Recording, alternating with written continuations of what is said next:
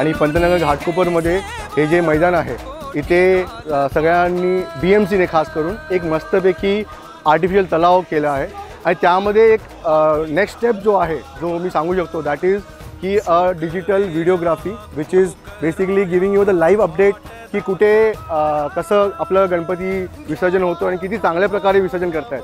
तर I am really thankful to BMC and the overall Maharashtra प्रशासन.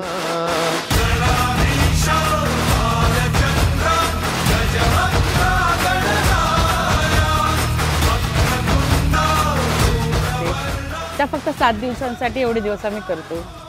आज गणपती बाप्पा चालला तर वाईट वाटतं.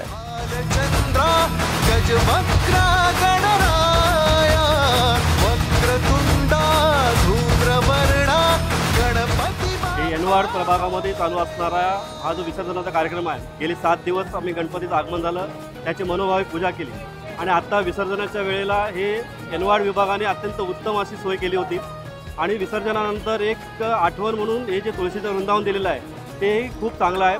त्याबद्दल मी यनवाड विभागातल्या सगळ्या अधिकाऱ्यांचे कर्मचाऱ्यांचे खूप खूप आभारी आहे. माझा श्वास ही तुझीच माया, तुझे हाथ पाय.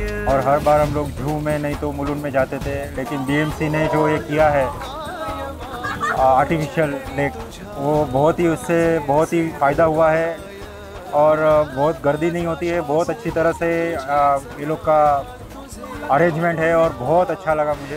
तो बहुत अच्छा ऑर्गेनाइज किया है सब कुछ. It's very smooth, it's very easy for us to do this.